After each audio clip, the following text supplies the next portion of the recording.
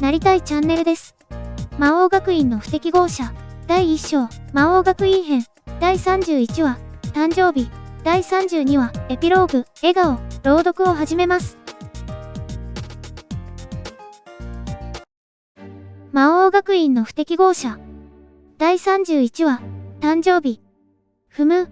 これを壊さずに手に入れたのは初めてだな。直身の大釜を拾う。真の魔法具は持ち主を選ぶ。どうにも俺はこの大釜と相性が悪いらしく、いつもエウゴ、ラビアズを倒すために無理やり使っては壊していた。俺は手をかざし、魔法陣を描いた。そこに、直身の大釜が吸い込まれていく。宝物庫へ送ったのだ。何かの役に立つこともあるだろう。さて、アイビスが滅人した場所へ魔眼を働かせる。やはり、そうか。魔力の流れが何かおかしいと思っていた。インガル。魔法を唱えると同時に魔法陣が描かれる。光と共に蘇生されたのは骸骨の体、アイビス、ネクロンだった。根源を滅ぼせばインガルでも蘇生できない。なぜアイビスが生き返ったのかといえば、答えは一つしかない。リメツケンベヌズとノアは二つの根源を滅ぼした。俺に敵意を向けていた二つの根源。魔族のものと、エウゴ、ラビアズのものだ。しかし、根源はもう一つあった。エウゴ、ラビアズと融合する前に、すでにアイビスと融合していたのだ。目覚めよ。血を分けた我が輩かよ。魔力を与えると、シャレ神戸の瞳に光が浮かんだ。ぼんやりと俺を見つめ、そいつは言った。我は長い間忘れていた。自らの主のことを、今も思い出せぬ。だが、我が根源がイフを覚える。そなたの戦いぶりを見て、ようやく気がついた。体を起こし、そしてアイビスは俺にひざまずいた。お許しを、我が敬愛なる魔王、アノス、ボルディゴード様。どうやら、こいつが本物のアイビス、ネクロンか。何があった?わからぬ。我の記憶は消されたままだ。だが、2000年前であろう。アノス様が転生なされた後おそらく我は何者かに殺された。そして、この根源を融合され、乗っ取られていたのだろう。推測に過ぎない、というわけか。まあ、記憶をきれいさっぱり消されたのだ。仕方あるまい。大魔法教練の時、俺と教室で話したのは、その何者かというわけか?アイビスはうなずく。アイビスを殺し、その根源と融合することで、何者かはずっと七魔功労の一人、アイビス、ネクロンを演じてきた。ということか。奴は俺が始祖だと知っていた。その上で、殺そうとした。レバイドも、エビも対象としたものにしか効果がない。俺が大魔法教練の時、読み取ろうとしたのは、アイビスの記憶だ。だが、それは消えていたのだから、読み取れなくて当然だ。アイビスと同化していた何者かの過去を読み取るには、そいつの起源を知らないことには不可能だしな。なるほど。俺に未完成の融合魔法の基礎術式を見せたのはわざとか。融合時間に制限がある。あるいは極端に短いと信じさせれば、アイビスの根源が何者かと融合している可能性を疑われずに済む。他の七魔功労も、お前と同じく記憶を消されたのか?おそらく、あるいは、どの者かが記憶を消したのかもしれぬ。裏切った、か。ありえない話ではないな。まあ、あれこれ推測しても仕方あるまい。俺はアイビスの額に指先を触れた。正しい記憶だ。受け取れ。もっとも、お前が生まれてから、俺が転生する前までのわずかな間の記憶だがな。リークス、でアイビスに記憶を伝達した。ご命令を。お前と融合していた何者かは、おそらくアボス、ディルエビアの手のものだろう。アボス、ディルエビアが本当に存在するならの話だが、いずれにしても、俺を始祖と知った上で敵対している奴がいるのは間違いない。アイビスと融合していた魔族を生かしておけば多少の情報は得られただろうが、まあ、今更仕方ない。エウゴ、ラビアズの力を持っていては、下手な手加減をするわけにもいかなかったからな。それに、今回はサーシャとミーシャが最優先だった。アボス、ディルエビアは俺を見ているだろう。神話の時代の魔族は厄介だ。殺しても転生する。魔王上にのこのこと姿を現すなら、リメツ剣のサビにしてくれるが、そうバカでもあるまい。アアイビスは頭をしだれたまま、俺の言葉を聞いている。奴の思惑に乗ってやる。俺はこれまで通り、学院でゆるりと過ごす。何か企んでいるのなら、そのうちに動きを見せるだろう。だが、俺に気取られれば、尻尾を巻いて逃げるかもしれない。そうなれば、次にやってくるのは何万年後といったこともあり得る。魔族の寿命は長い。ここまで手の込んだ真似をする輩だ。どれだけ時を重ねようと、絶好の機会を待つだろう。いいか、お前はここで死んだ。なら、アボス、ディルエビアも警戒を緩めるだろう。つまり、アイビスは死んだと思わせたまま、裏で向こうの狙いを探る。まずは七魔コウロウを調べろ。ぎょい。さて、そろそろ時間だ。仕上げと行くか。イングドゥ。俺が魔法を使うと、白く染まっていた空間がさっと色を取り戻し始めた。テルの針がくるくると回転した後再び正しく動き出した。エウゴ、ラビアズを倒したことで、世界の時が再び正常に動き始めたのだ。気がつけば、アイビスはもう姿を消していた。あれ？背後からつぶやきが漏れる。振り向けば、サーシャが天井を見上げていた。月明かりじゃないわ。これ、太陽の光ね。驚いたように彼女は言う。エウゴ、ラビアズが出現した時に作るあの空間は、世界の時から隔離されている。エウゴ、ラビアズを殺してしまうと元の時間には戻れなくてな。と言っても、まあ、せいぜい数時間程度先に到着するぐらいだ。朝日？ミーシャが言う。ああ。昨日が最後だと思った。ふっと俺は笑う。不可能はないと言っただろ。ミーシャは一瞬きょとんとしたような表情を浮かべる。それから、しっかりとうなずいた。すると、ミーシャの後ろからサーシャが勢いよく飛びついてきて、ぎゅっと抱きしめた。ミーシャ。よかった。本当によかったわ。罰が悪そうな表情をしながら、サーシャは言う。大嫌いなんて言って、ごめんね。大好き。私は、ミーシャに生きて欲しかった。私も同じ。姉の手に触れ、ミーシャが言う。サーシャに生きて欲しかった。二人は嬉しそうに手を取り合い、この日を迎えられたことを喜ぶように抱擁した。涙をこぼすサーシャの頭を、ミーシャは優しく撫でる。より一層泣きじゃくりながらも、サーシャはそれでも嬉しそうに笑う。なんとも微笑ましい光景だな。俺がぼんやりと姉妹の様子を眺めていると、やがて二人は意を決したようにうなずき合い、俺の方を向いた。アノス、様？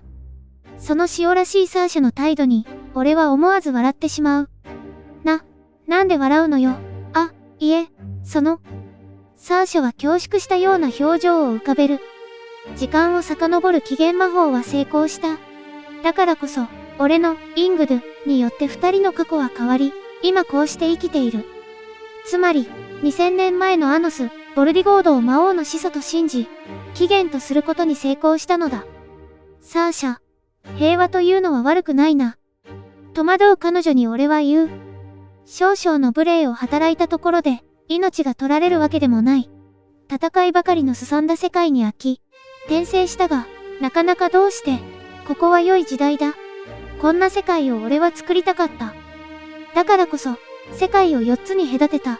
俺の思惑はうまくいったのだろう。少々の誤算はあったにせよ、な。そんなにかしこまるなよ。俺にキスした時の勢いはどうした？ちょっと、何言って。サーシャが顔を真っ赤にする。隣でミーシャがつぶやいた。キス？違うわ。友達のキスだから、体はないもの。ほう、そうか、リクノス、でお前の心が聞こえてきたが、なんでも恋の続きが。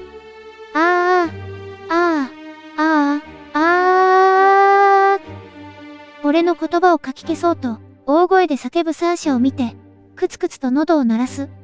何笑ってるのよ。雑種、言っとくけど、あれは気の迷い、死ぬかもしれなかったから、手近なところで済ませようってだけ。それだけなの？わかった？怒り浸透と言った風に、俺にそんな口を聞いてくる少女がおかしくて仕方ない。やはり、良い時代だ。始祖を雑種呼ばわりか？始祖だろうとなんだろうと、この時代じゃあなたは心が雑種だわ。その物言いが楽しくて、俺はまた笑った。これからもその調子でな。言われなくてもそうするわ。ぷいっとサーシャはそっぽを向く。ミーシャも今まで通りでいいぞ。コクリとミーシャはうなずいた。アノスは友達。そうだな。テルに視線をやれば、朝の7時30分だ。戻るか。9時までに入り口へたどり着けば満点だ。俺はサーシャの手にした王爵を指さす。呆れたわ。あなた、あれだけのことをしておいて試験の点数を気にしてるの？過去を改変したことは何度かあるが、あいにくダンジョン試験で満点を取ったことはない。サーシャは目を丸くする。それから、ふふっと笑った。じゃ、早く行きましょ。行き止まり。ミーシャが指をさす。ああ、そうだったな。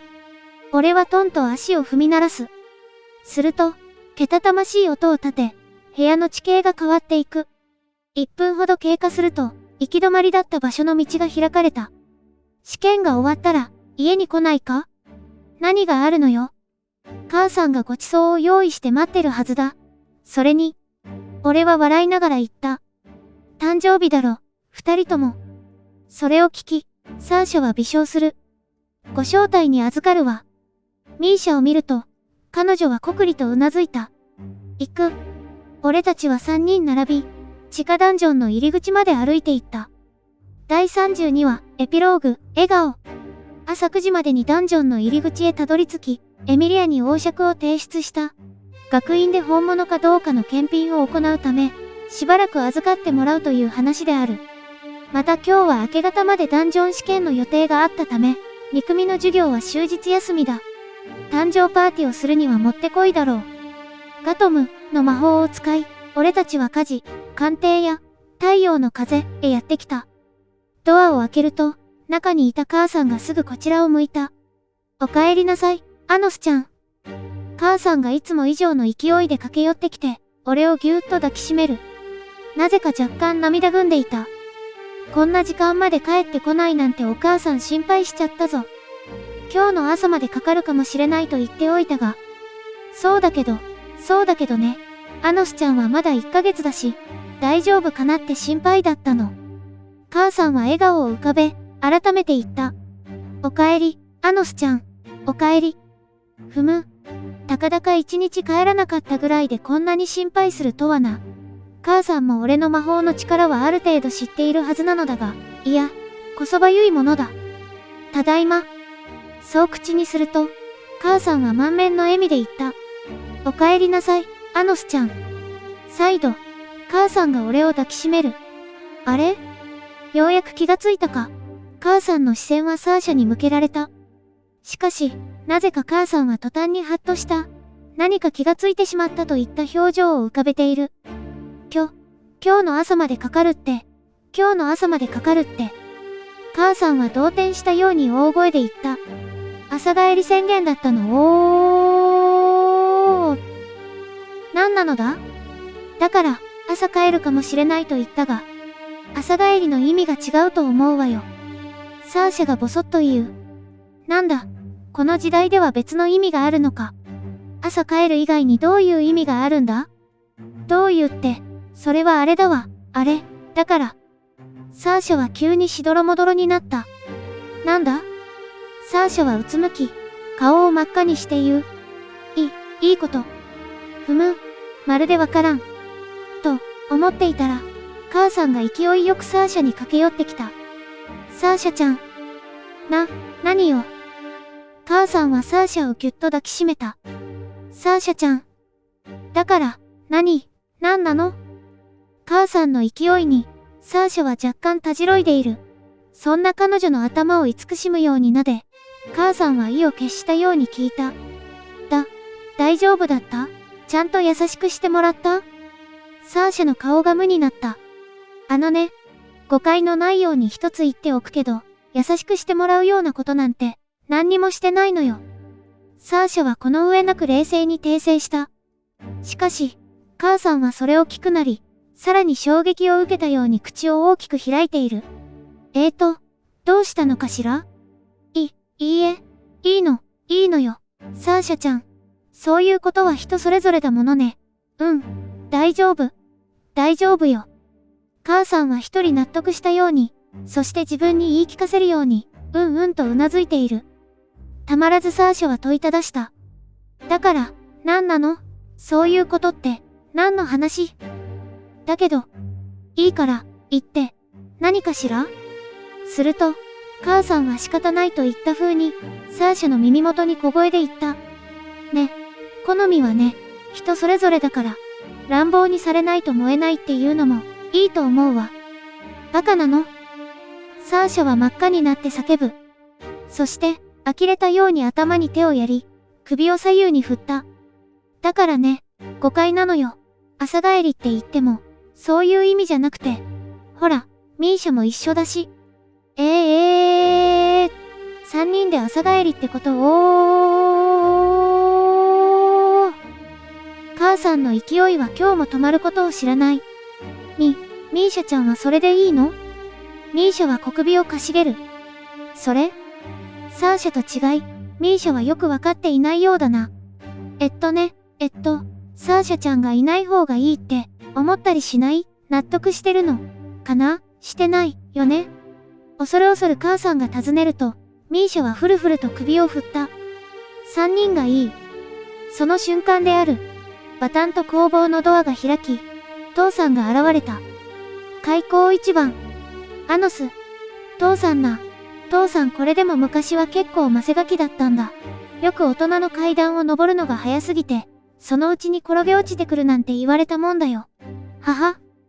聞いてないぞ、父よ。だけどな、こないだ2人と付き合ってるって聞いただけでも羨ましかったのに、そんな、お前まさか同時にだなんて？動転したように口走りながらも、父さんは俺の肩に手を置く。これはな、実際に階段から転落した父さんからの忠告なんだがな、アノス。父さんは真剣そのものの顔で言った。どうやったんだ、教えろ。忠告はどこへ行ったのだ。なあ、ミーシャちゃん。どうやったら、なんだ、そんなに数段飛ばしで大人の階段上がれるんだ？アノスは2人に何したんだ？父よ、息子のクラスメイトに何を聞いている？優しくしてもらった。優しくするぐらいなら、誰にでもでき。父さんは途中で何かに気がついたようにあっと口を開き、まるで恐ろしいものを見たかのごとく、俺に言ったのだ。アノス、お前、そんなにテクニシャンだったのか？父さんは優しくを激しく誤解している。だから、違うのよ。今日は私たちの誕生日だから、アノスが招待してくれただけなの。サーシャが必死に訴える。それを聞き、衝撃を受けていた母さんが意を決したように拳を握った。そうよね。当人たちがいいって言ってるのに、周りがとやかく言うものじゃないわよね。どうやら未だ誤解は解けていないらしい。大丈夫、お母さんはいつでもアノスちゃんの味方よ。アノスちゃんがやりたいことをいつでも応援するわ。母さんの言葉に、父さんがとうなずいている。そうだな。アノスがやりたいなら仕方ない。やりたいなら。なぜか、父さんは悔しそうだ。そうと決まれば、すぐにご馳走の支度をするわ。サーシャちゃんとミーシャちゃんの誕生会なのよね。じゃ、ケーキも焼かなくっちゃ。母さんが張り切って台所へ向かおうとしたとき、俺はふと思い出した。ああ、そうだ。ミーシャ、お前に渡すものがあった。ミーシャはじっと俺を見てくる。何？手を出しな。言われるがまま、ミーシャが俺に左手を出す。出した。サイズが合いそうなのは薬指か。まあ、入ればどこでもいいだろう。俺はその指に、ハスハ氷の指輪をはめてやる。ミーシャは指輪を目の前に持ってきて、それを呆然と眺めた。ミーシャ、誕生日おめでとう。15歳になった気分はどうだ？ミーシャがいつもの無表情で俺を見る。しかし、はらり、と涙の雫が頬を伝った。彼女は震えた声で言った。怖かった。そうだろうと思っていた。ずっと我慢してきたのだろう。もう強がる必要もない。うなずく、ミーシャの瞳からはまた涙がポトポトとこぼれ落ちる。サーシャが微笑みながら、ミーシャの肩を抱く。そして、わかるわ、ミーシャちゃん。怖かったよね。よく頑張ったね。なぜか、何も知らない母さんが言った。わかる？うん。私もね、プロポーズをされるまでは怖かったの。どれだけ信じていても、やっぱり形になるまでは怖いことってあるよね。ミーシャちゃんの場合は、サーシャちゃんもいるし、ミーシャが目を丸くする。でも、大丈夫よ。アノスちゃんはやるって言ったことは絶対にやるんだから。きっと、ミーシャちゃんのことも、サーシャちゃんのことも、二人ともちゃんと幸せにしてくれるわ。サーシャも俺もなんとも的外れな言葉に、どう突っ込んでやればいいのかわからなかった。だが、ふふ。ミーシャは笑った。二人とも幸せ？うん、そうよ。いいでしょ？ミーシャは少しだけ考え、また笑う。まるで花が咲いたように。それは、これまで心を押し殺してきた少女の、心からの笑顔だった。次回は、魔王学院の不適合者、第33話、プロローグ、魔王の片腕、第34話、統一派、高評価、チャンネル登録、お願いします。